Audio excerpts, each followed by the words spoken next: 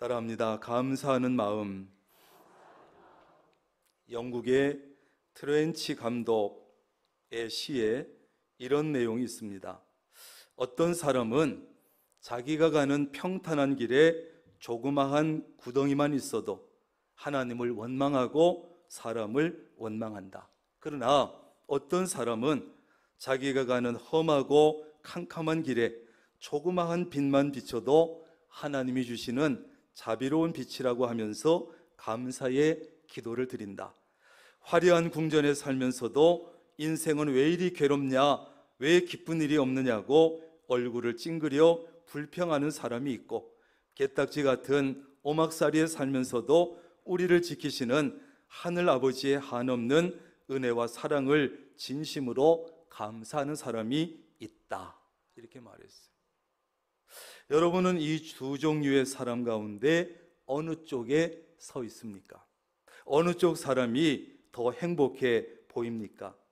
우리가 살아가면서 불평하고 원망하고 짜증내는 것은 참 쉬워요. 왜냐하면 그것은 누가 가르쳐 주지 않아도, 누가 시키지 않아도 그냥 나옵니다. 그냥 불평이 나오고 짜증이 나오고 원망이 나와서 참 하기 쉽지만, 정말 이 감사한다고 하는 것, 그것도 진심으로 감사한다고 하는 것은 쉬운 것 같지만 참 어려운 것이에요.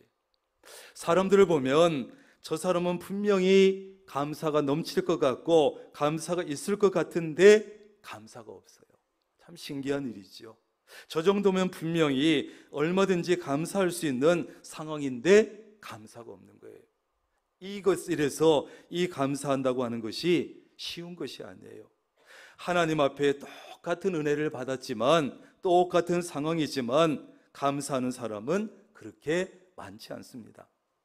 1860년 9월의 어느 날 미국 미시간 호수에서 400여 명을 태운 여객선이 암초에 부딪히고 침몰했는데 많은 사람이 물에 빠져 죽었습니다. 그때 그 근처에 있는 대학의 기숙사에서 잠자고 있던 학생들 가운데 스펜서라고 하는 학생이 밖에 그 소동을 보고 소동 소리에 놀라서 잠을 깨고 창밖을 내다봤더니 위급한 상황이에요. 그래서 얼른 뛰어나갔는데, 그리고 호수에 뛰어들어서 17명의 목숨을 구하고, 그리고서는 온몸에 힘이 다 빠져가지고 쓰러져 버렸어요.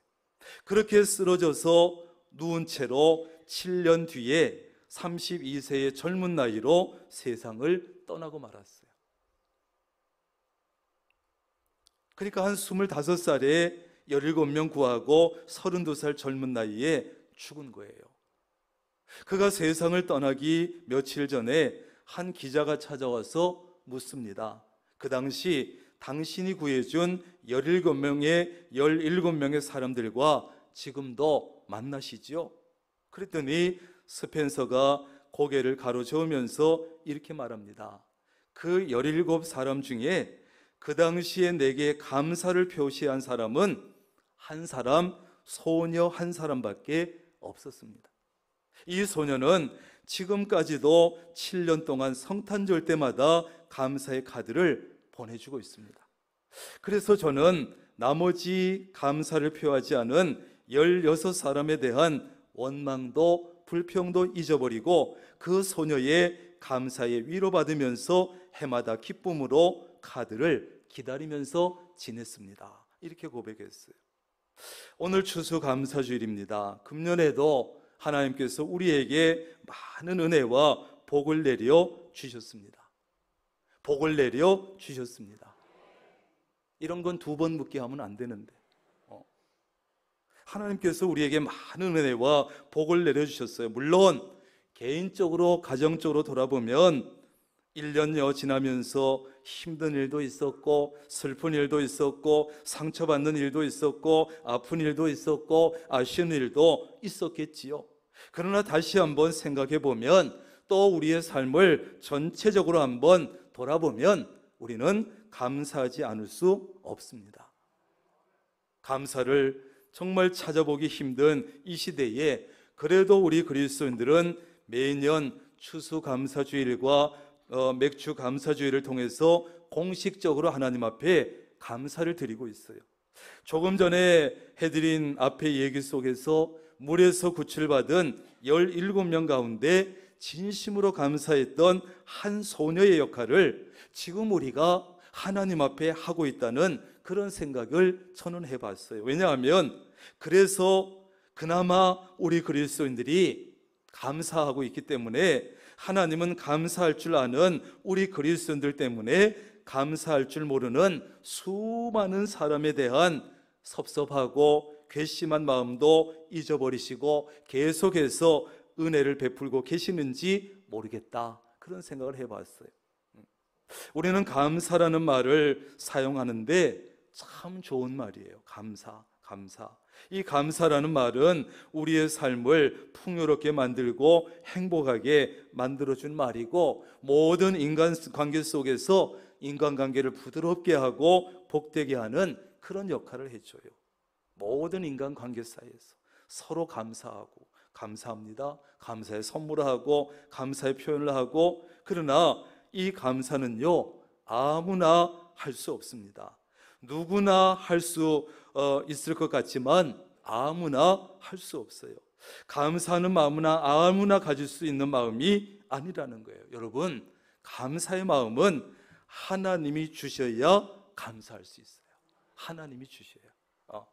하나님이 주셔야 정말 감사할 수 있어요. 그래서 이 감사하는 마음이 정말 귀한 거예요. 일본의 기독교 사상가인 우찌무라 간조는 이런 말을 했습니다. 만약에 하나님께서 인간들을 저주하신다면 질병이나 실패나 배신이나 죽음으로 저주하시는 것이 아니라 하나님이 계신 것을 믿지 못하는 불신앙으로, 또 성경을 읽어도 말씀을 들어도 귀에 들어오지 않는 막힌 귀로, 또 감사하는 마음이 전혀 생기지 않도록 메마른 마음으로 저주하실 것이다, 이렇게 얘기했어요. 여러분, 그렇다고 하면 질병이 저주가 아닙니다. 실패가 저주가 아닙니다. 배신이 저주가 아닙니다. 죽는 것이 저주가 아닙니다. 감사하는 마음이 전혀 생기지 않는 메마른 마음이 진짜 저주인 거지요. 그러므로 감사하는 마음은 하나님이 주셔야만 가질 수 있는 정말 소중한 마음인 것이에요. 우리는 이 감사하는 마음을 통해서 하나님께서 우리에게 주시는 몇 가지 교훈을 찾아볼 수 있습니다. 첫째는, 감사하는 마음은 따라합니다, 믿음의 열매다. 여러분, 이 감사의 마음은요, 하나님이 주시는 마음이고 믿음의 열매고, 우리가 반드시 맺어야 되는 믿음의 열매예요. 믿음이 약해지면, 믿음이 없으면 불만과 불평과 원망과 이런 것들이 우리 입술에서, 우리 마음속에서 저절로 흘러나오기 시작합니다. 믿음이 있을 때는, 믿음이 괜찮을 때는 그렇지 않았는데, 어떻게 살다 보니까 믿음이 약해지고 믿음이 없어지면 나도 모르게 입에서, 마음속에서 불평, 원망, 불만이 흘러나오기 시작합니다. 이것들은 감사의 싹이 나오는 것을 가로막는 가시덤불이나 엉겅퀴 같은 것들이에요. 많은 사람이 신앙생활을 하면서도, 하나님을 섬긴다고 하면서도 원망하고 불평하고 불만의 열매를 맺으면서 살아가요. 신기한 일이지요. 하나님을 섬긴다는데, 믿음으로 산다고 하면서, 그러면서도 원망, 불평, 원망, 불만 속에 그런 열매를 맺으면서 살아간다고요. 기뻐하고 만족하고 감사하는 그런 그리스도인들보다는 매사에 불신자들과 다름없이 불평하고 불만하고 원망하면서 살아가는 그런 성도들이 생각보다 많아요. 생각보다. 왜 그렇습니까? 믿음이 없어서, 믿음이 약해져서 그런 것이죠. 믿음이 강해지고 믿음이 정말 있으면, 믿음이 커질수록 은혜 속에 살아갈 때 마음속에서 감사가 우러나오기 시작합니다. 그래서 믿음의 열매인 거예요. 믿음이 있으면 못 맺는 열매, 믿음이 있어야 맺을 수 있는 열매, 감사의 마음이에요. 찬송 가사처럼 높은 산이 거친들이 초막이나 궁궐이나 내 주 예수 모신 곳이 그 어디나 하늘나라. 세상적으로 보면 아무것도 감사할 조건도 못 되고 감사할 상황이 못 돼. 그런데 그 사람에게는 주님을 모신 곳은 어디나 하늘나라 같아. 그러니까 어떤 상황에서도 어디서도 감사의 고백이 저절로 나오는 거예요. 이게 믿음이죠. 이것이 바로 믿음의 열매로 나타나는 감사입니다. 이것은 아무나 맺을 수 있는 열매가 아닙니다. 그래서 감사는 믿음의 열매라는 거예요. 믿음이 있으면 믿음이 있을수록 거친 들도 초막도 천국이 됩니다. 믿음은 하나님이 주시는 은혜요 복입니다. 믿음 있는 사람만이 어떤 상황에서도 하나님께 감사할 수 있어요. 감사하는 마음은 믿음의 열매로 나타납니다. 그 사람의 믿음이 어느 정도 되는지 알 수 있는 지표는 감사예요. 감사. 따라합니다. 감사의 양이 믿음의 양이고 감사의 수준이 믿음의 수준이다. 시작. 감사의 수준이 믿음의 수준이다. 예. 한번 생각해 보세요. 나의 감사의 양이 평소의 삶 속에서 얼마나 되나? 그것이 여러분의 믿음의 양이에요. 주일날 교회에 나오는 숫자가 믿음의 양이 아니고, 여러분 감사의 수준이 믿음의 수준이에요. 여러분은 믿음의 열매인 감사하는 마음을 많이 가지고 사실 수 있기를 바랍니다. 그게 믿음의 양이고 믿음의 수준이니까. 두 번째, 감사하는 마음은 따라합니다. 복받은 마음이다. 감사는 분명히 말씀드린 대로 하나님이 주시는 마음입니다. 아무나 감사할 수 없습니다. 누가 돈을 많이 주고 야 감사하면서 살아 시킨다고 해도 한두 번은 감사하며 가능할지 몰라도 계속해서 진심으로 감사하는 것은 어렵습니다. 야 내가 돈 돌려줄 테니까 못하겠다. 야 누구든지 감사하는 마음을 가지고 산다면 그는 분명히 복받은 사람이에요. 복받은 사람. 하나님이 주셔야만 감사하는 마음을 가질 수 있고 하나님이 그 마음을 주실 때 감사를 표현할 수 있어요.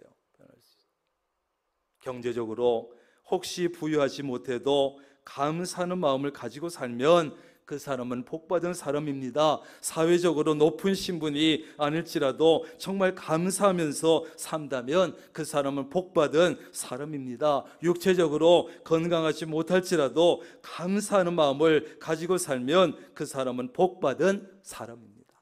기억하시기 바라요. 많은 사람을 만나보고 대화를 해보고 많은 성도를 지금까지 만나보면 감사하는 마음을 가지고 사는 사람 그렇게 많지 않아요.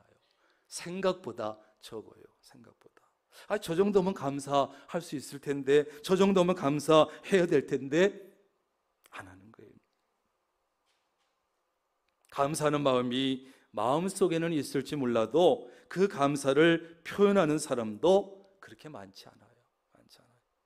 여러분, 우리 성도들이 신앙생활 하는 거 보면 그것이 눈에 들어와요. 저분은 정말 감사하면서 신앙생활 하는구나. 봉사를 해도 정말 감사하는 마음이 있어서 하는구나 하는 것이 눈에 들어와요. 그런데 생각보다 많지 않아요.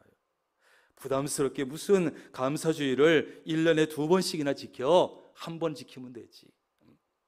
정말 하나님 앞에 감사하는 마음이 있으면 그런 생각이 안 들겠지요. 정말 하나님 앞에 감사하는 성도라면 감사주일이 왜 2번밖에 없어? 분기별로 한 번씩은 있어야지. 오히려 그렇게 하겠지요. 주변 사람들에게도 하나님을 향해서도 그저 입만 열면 불평이고 불만이고 짜증이고 마음에 안 드는 것이 그렇게도 많고, 그런 사람을 복 있는 사람이다, 복받은 사람이다, 복받은 마음을 가졌다 할 수는 없습니다. 그것은 죄송하지만 저주받은 마음이고 불행한 마음입니다. 감사하는 마음이 정말로 복받은 마음입니다. 요즘 사람들은 한편으로 보면 정말 행복한 사람이에요. 왜? 전에 없던, 지금까지 없었던 물질적인 풍요를 누리고 있습니다. 전에 없었던 물질의 풍요예요. 뭐 없다 해도 정말 많은 것을 누리고 있어요. 연휴도 아니고 아무 날도 아닌 이번 주간에 제가 제주도에 갔는데도 공항에 많아요. 사람들이 많아요.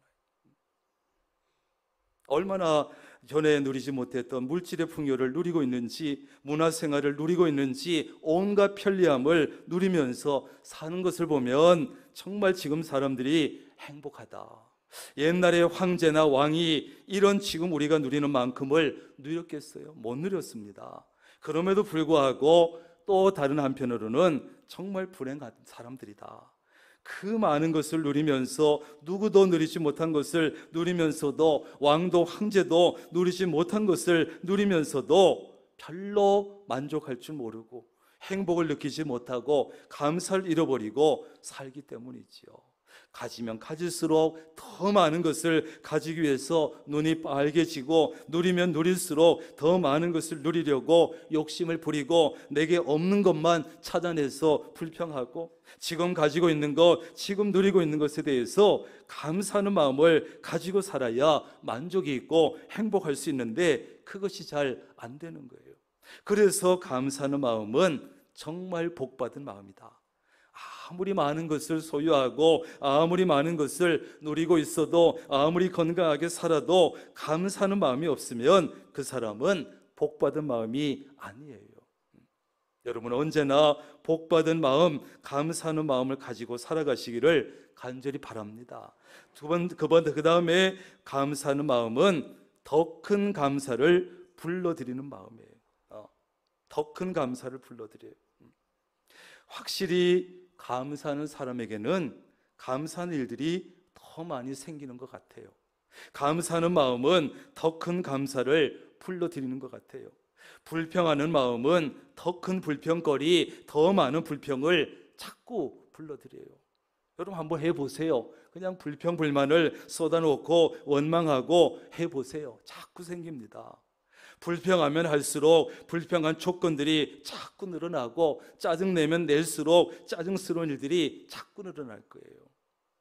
감사하는 사람에게 감사의 조건들이 더 많이 만들어지는 것을 우리는 주변에서 볼 수 있는 거예요. 그래서 스펄전은 이런 말을 했지요. 별빛을 보고 감사하는 사람에게는 달빛을 주시고, 달빛을 보고 감사하는 사람에게는 햇빛을 주시고, 햇빛을 보고 감사하는 사람에게는 해도 달도 필요 없는 영원한 빛을 주신다. 참 멋있어요. 참 멋있어요. 여러분 여러분 주신 그 촛불 같은 작은 빛, 별빛 같은 작은 빛, 거기에 감사하는 사람에게는 점점 더 큰 것을 주실 줄로 믿습니다. 얼마나 이뻐 보여요, 여러분. 그리고 결국은 하나님께서 그 사람에게 아무것도 필요 없는, 해도 달도 필요 없는 완벽한 천국을 선물로 주실 줄로 믿습니다. 오늘 본문 말씀은요, 다윗이 하나님께 드렸던 감사의 기도 속에 있는 구절인데, 여러분 이스라엘 백성들에게는 법궤라고 불리는 언약궤가 있었어요. 이 언약궤 속에는 뭐가 들어있습니까? 아론의 쌍난 지팡이, 십계명 돌판, 만나 항아리 3가지가 들어있었어요. 이것은 하나님께서 자기 민족과 함께 하신다는 상징이에요. 그래서 이스라엘 백성들은 어디 가든지 이 언약궤를 앞세웠고, 광야 생활을 수십 년 할 때도 앞세웠고, 밤에 잠잘 때는 한가운데 두고 잠을 잤고, 하나님께서 함께 하신다는 상징. 그러니까 얼마나 중요하겠어요. 그런데 어떻게 하다 보니까 사울 왕 때 가서 이 언약궤가요 70년 동안이나 변방에 방치가 되어 있었어요. 이스라엘로서는 있을 수 없는 일이죠. 그래서 다윗이 왕이 되면서 가장 먼저 이 언약궤를 예루살렘으로 옮기는 일을 했습니다. 다윗은 너무나 감격스러워서 이렇게 기도했습니다. 여호와께 감사하라. 그는 선하시며 그 인자하심이 영원함이로다. 이렇게 기도하면서 그가 얼마나 좋았는지 덩실덩실 왕의 체면도 내려놓고 춤을 춘 거 아니에요. 바지가 내려가는 줄도 모르고 백성들 보는 앞에서 춤을 춘 거 아니에요. 너무 감사해서. 여러분, 감사하는 마음은 아무나 가질 수 있는 것이 아닙니다. 하나님이 주셔야만 가질 수 있는 마음이에요. 그렇다면 하나님은 어떤 사람에게 감사의 마음을 주실까? 첫째는 과거를 생각할 줄 아는 사람이 감사하는 마음을 가질 수 있어요. 여러분, 사람은 누구나 과거가 있어요. 과거에 지나온 삶이 있고, 그래서 과거를 생각합니다. 그런데 과거를 생각하되 어떤 과거를 생각하느냐가 굉장히 중요해요. 어떤 과거 생각해요. 그런데 어떤 사람들은 과거에 정말 행복했던 일, 기뻤던 일들이 더 많이 있었음에도 불구하고 뼈아픈 일들, 원망스러운 일들, 불행했던 일들, 이것만 기억하는 이상한 습성이 우리에게 있어요. 전체적으로 보면 힘들었던 일보다 좋았던 일이 정말 훨씬 더 많은데, 이상하게 좋았던 일, 행복했던 일은 다 잊어버리고 안 좋았던 일만 기억하고 있다가 그걸 가지고 있는 이상한 습관이 있어요.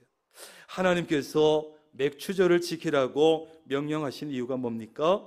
애굽에서 430년 종살이하면서 그야말로 압박과 서름의 삶을 살다가 우여곡절 끝에 애굽을 탈출하게 됐죠. 생각도 못했던 일이에요. 광야에서 40년을 살았습니다. 정말 힘들게 살았습니다.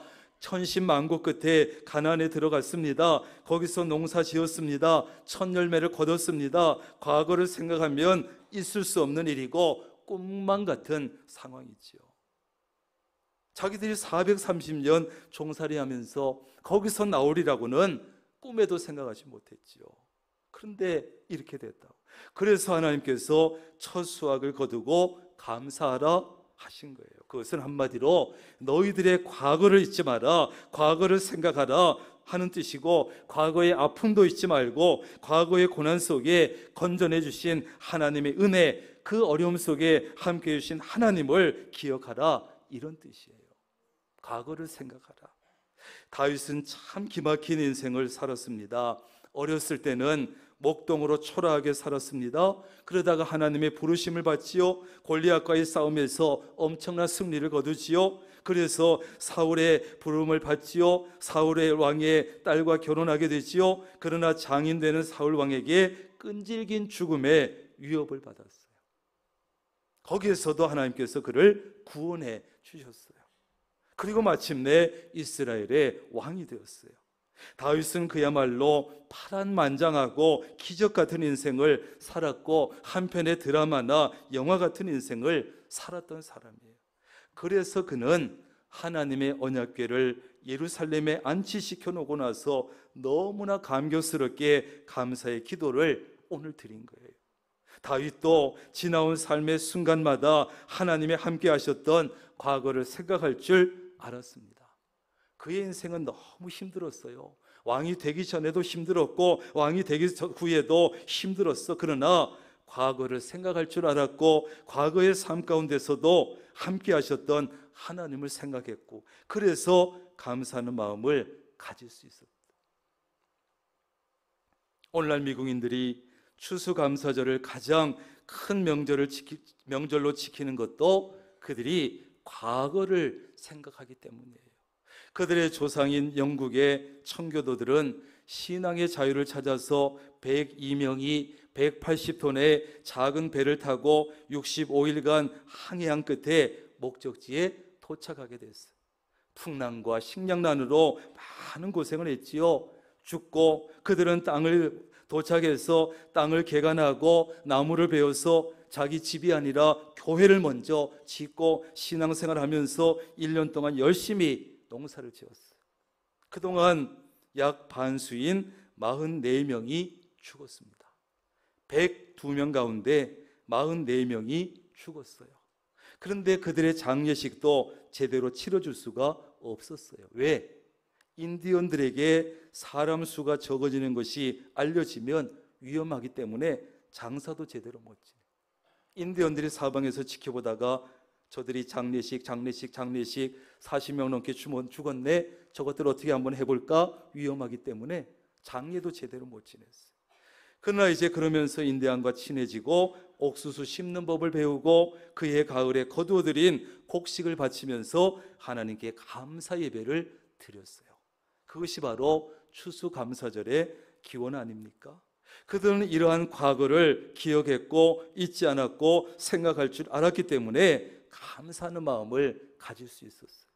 이렇게 감사의 마음은 과거를 생각할 줄 아는 사람이 가지게 되는 정말 복된 마음이에요. 여러분은 때때로 여러분의 과거를 생각해 봅니까? 어떤 과거를 여러분 생각해 보세요. 과거를 생각하기는 하지만 혹시 하나님께 섭섭했던 일들만 생각하는 거 아닌가요? 시험 들었던 일만 생각하는 것은 아닌가요? 과거에 하나님께서 내 기도 안 들어주신 것만 기억하는 것은 아닙니까? 과거에 하나님께서 내게 주시지 않은 것들만 생각하는 것은 아니냐 하는 거예요. 이상하게 우리는 그런 습성을 가지고 있어요.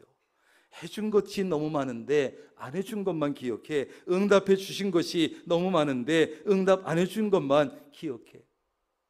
여러분, 과거를 생각하시되 하나님께서 주신 기쁨, 즐거움을 생각하고 하나님이 응답해 주신 것을 기억하고 하나님이 주신 것들만 생각하고 감사할 수 있기를 바랍니다. 두 번째는, 감사하는 마음은 현재를 생각할 줄 아는 사람만이 가질 수 있는 마음이에요. 현재 우리가 누릴 수 있는 가장 큰 복은 뭐니 해도 믿음 안에서 내가 살고 있다는 사실입니다. 믿음 안에서 살고 있다는 사실입니다. 아멘 소리처럼 우린 이걸 잘 생각하지 않아요. 잘 느끼지 않아요. 내가 다른 모든 것을 떠나서, 물질인 것을 떠나서, 건강을 떠나서 내가 지금 변함없이 믿음 안에서 신앙생활하고 있고 예배의 자리에 있다는 것을 별로 복이라고 생각하지 않아요.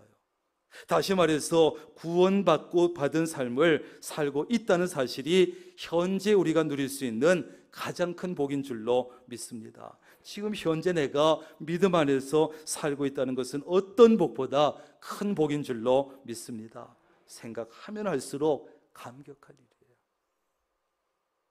이 중에는 불과 몇 달, 불과 몇 년 전에만 해도 내가 명락교회 교인이 되고 내가 명락교회 예배 자리에 와서 이렇게 예배 드리고 앉아 있을 줄은 꿈에도 생각하지 못했던 사람들이 있다고요. 내가 설마 예수를 믿겠어? 내가? 이런 현재를 생각할 수 있는 사람이 범사에 감사하는 마음을 가질 수 있습니다. 다른 것은 좀 부족할지라도 감사하는 마음을 가질 수 있는 거예요.